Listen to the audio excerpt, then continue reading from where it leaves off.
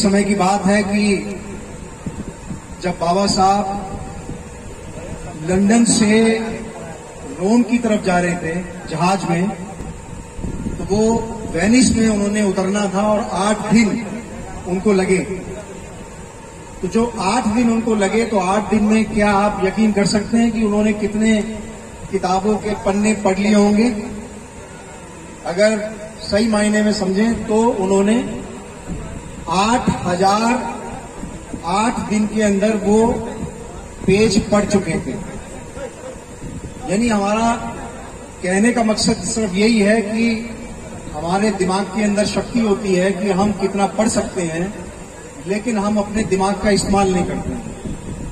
तो जब बाबा साहब जैसे व्यक्ति आप 8000 पेज पढ़ सकते हैं, तो इसका मतलब ये है कि हम कम से कम एक दिन के अंदर 40 या 50 पेज पढ़ सकते हैं, लेकिन पढ़ना बहुत जरूरी है।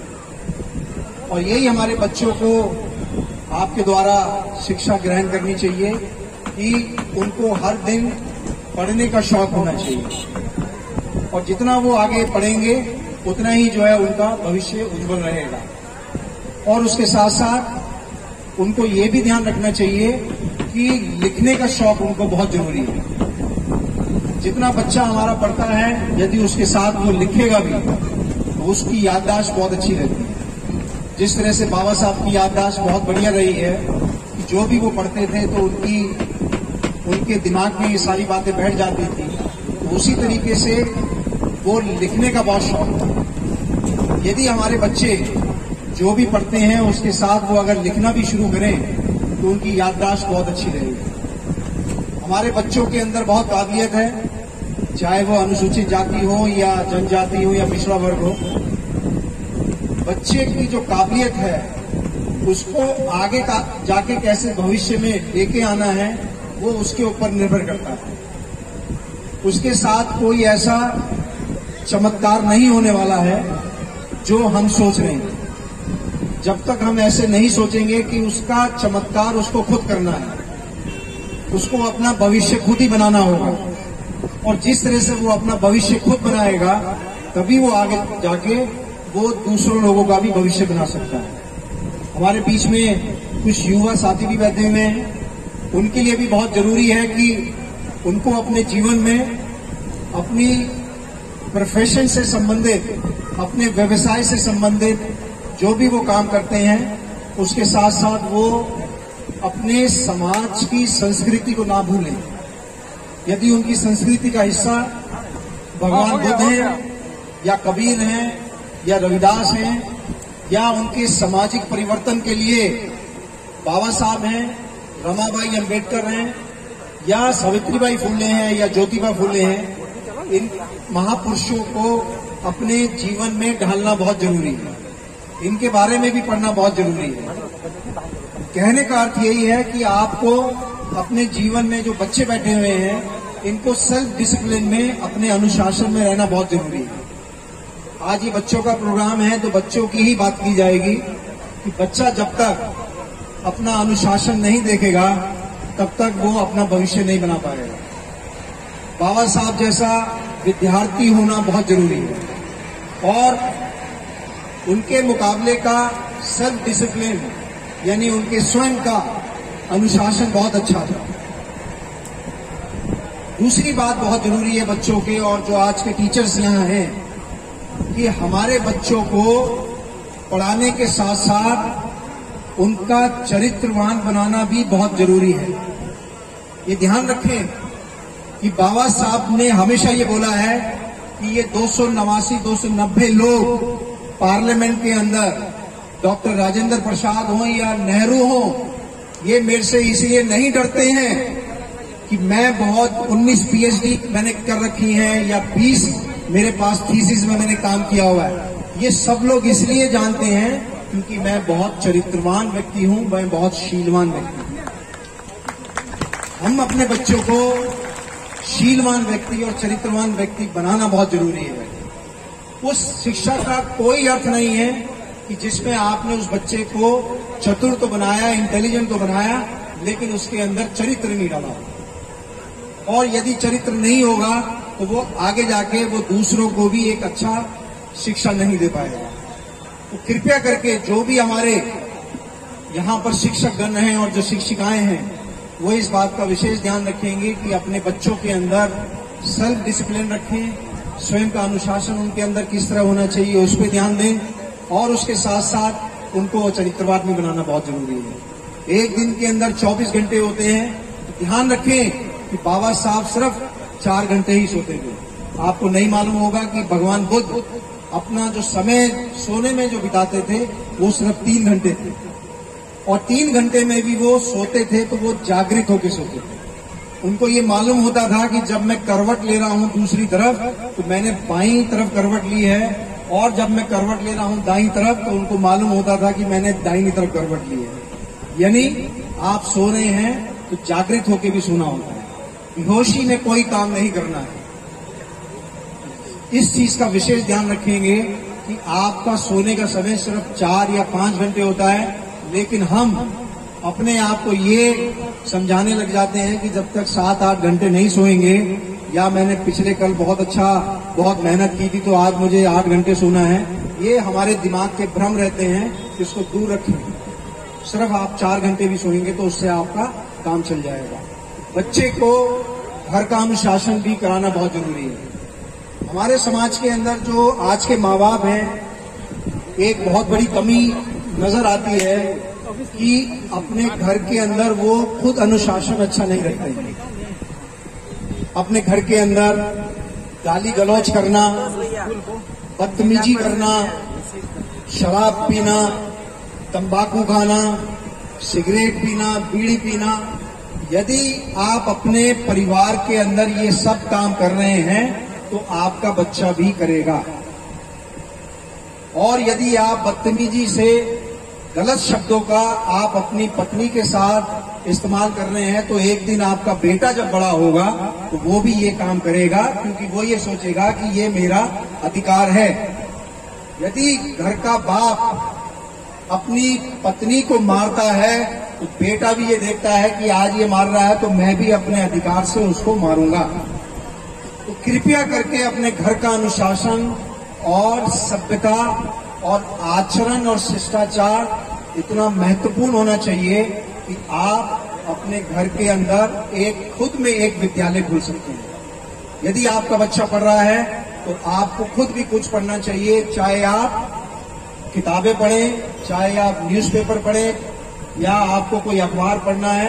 लेकिन मेरी सलाह ये रहेगी कि आपके पास बाबा साहब की इतना इतिहास लिख के गए हैं, वो इतना सब कुछ लिख दिया है उन्होंने, चाहे उनकी सामाजिक सोच रही हो, सांस्कृतिक सोच रही हो, या राजनीतिक सोच रही हो, या आर्थिक सोच रही हो, उसके बारे में आप खुद भी अध्ययन कर सकते हैं। लेकिन आप अपने घर को पहले एक छोटा सा विद्यालय बनाएं, खुद अपना अच्छी तरीके से रहें, और जो 24 घंटे की जो आपकी साइकिल चलती है उसमें सब काम वो अच्छे करें जो आपको अपने बच्चों को आप दे सकते हैं।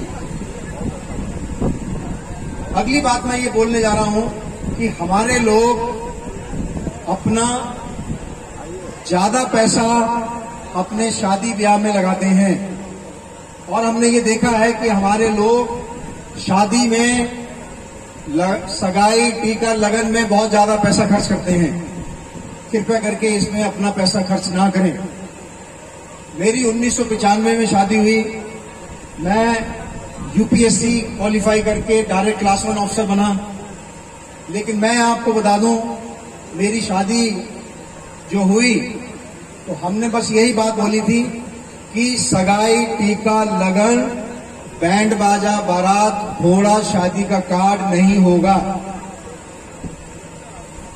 कृपया करके इस बात का ध्यान रखें।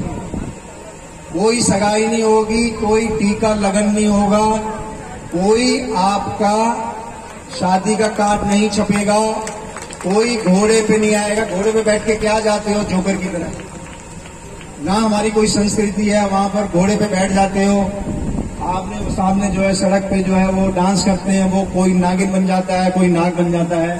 ये हमारी संस्कृति का हिस्सा नहीं है।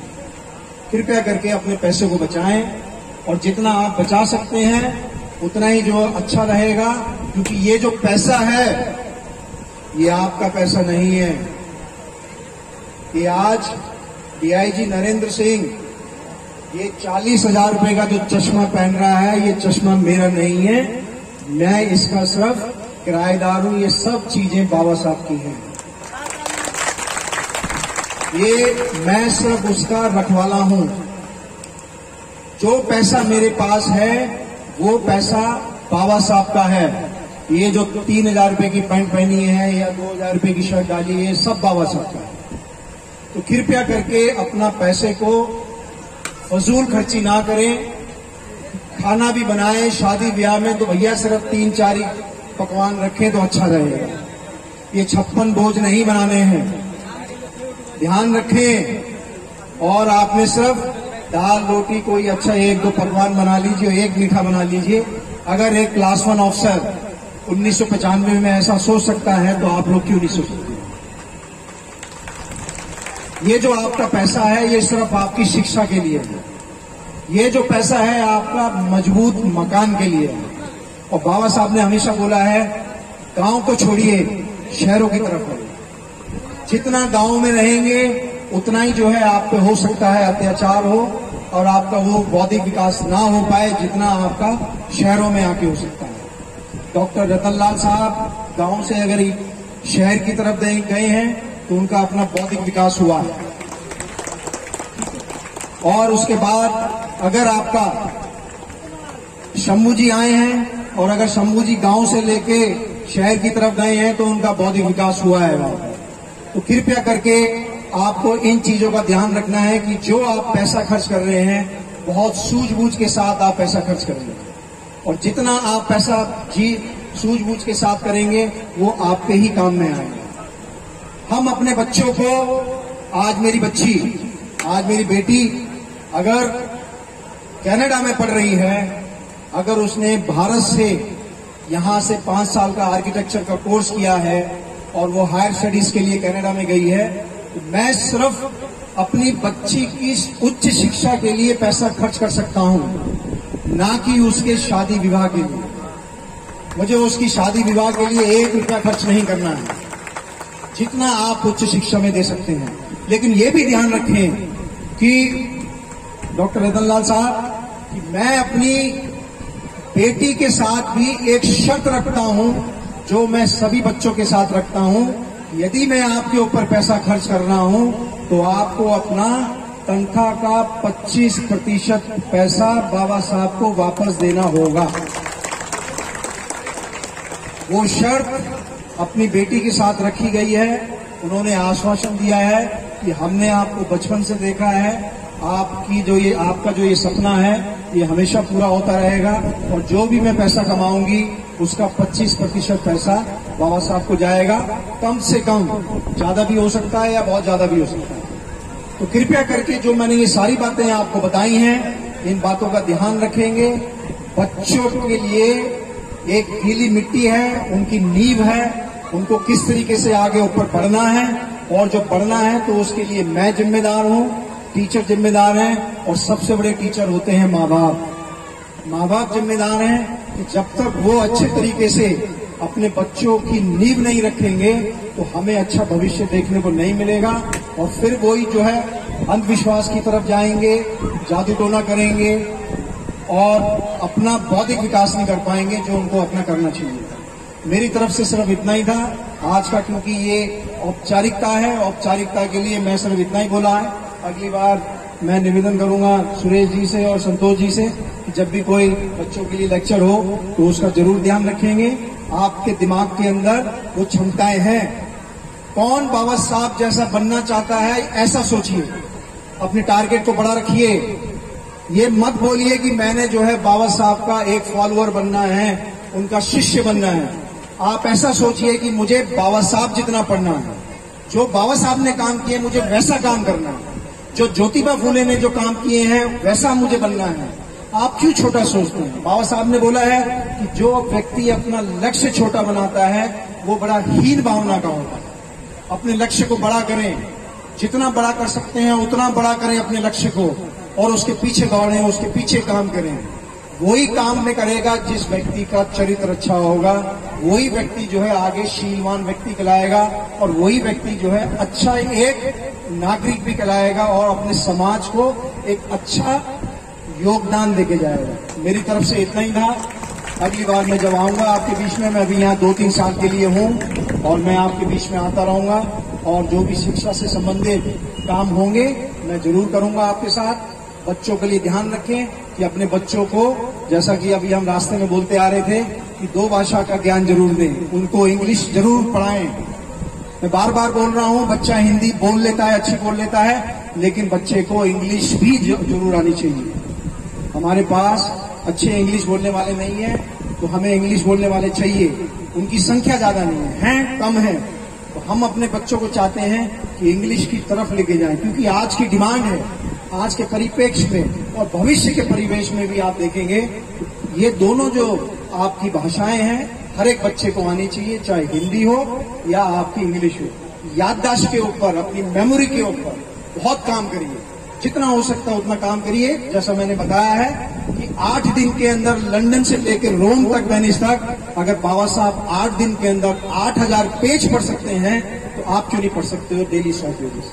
तो कृपया करके इन चीजों में सभी ध्यान देंगे और अपने भविष्य के लिए आगे मैं आपकी तरफ से भी और बाबा साहब, बुद्ध, कबीर और रविदास की तरफ से बहुत बहुत मंगल कामनाएं। और जो ये अच्छा काम कर रहे हैं, मेरी तरफ से जो भी होगा मैं समय समय में अपना योगदान देता रहूंगा। आप सभी को फिर से जय भीम, नमो बुद्धाय, जय कबीर, जय रविदास।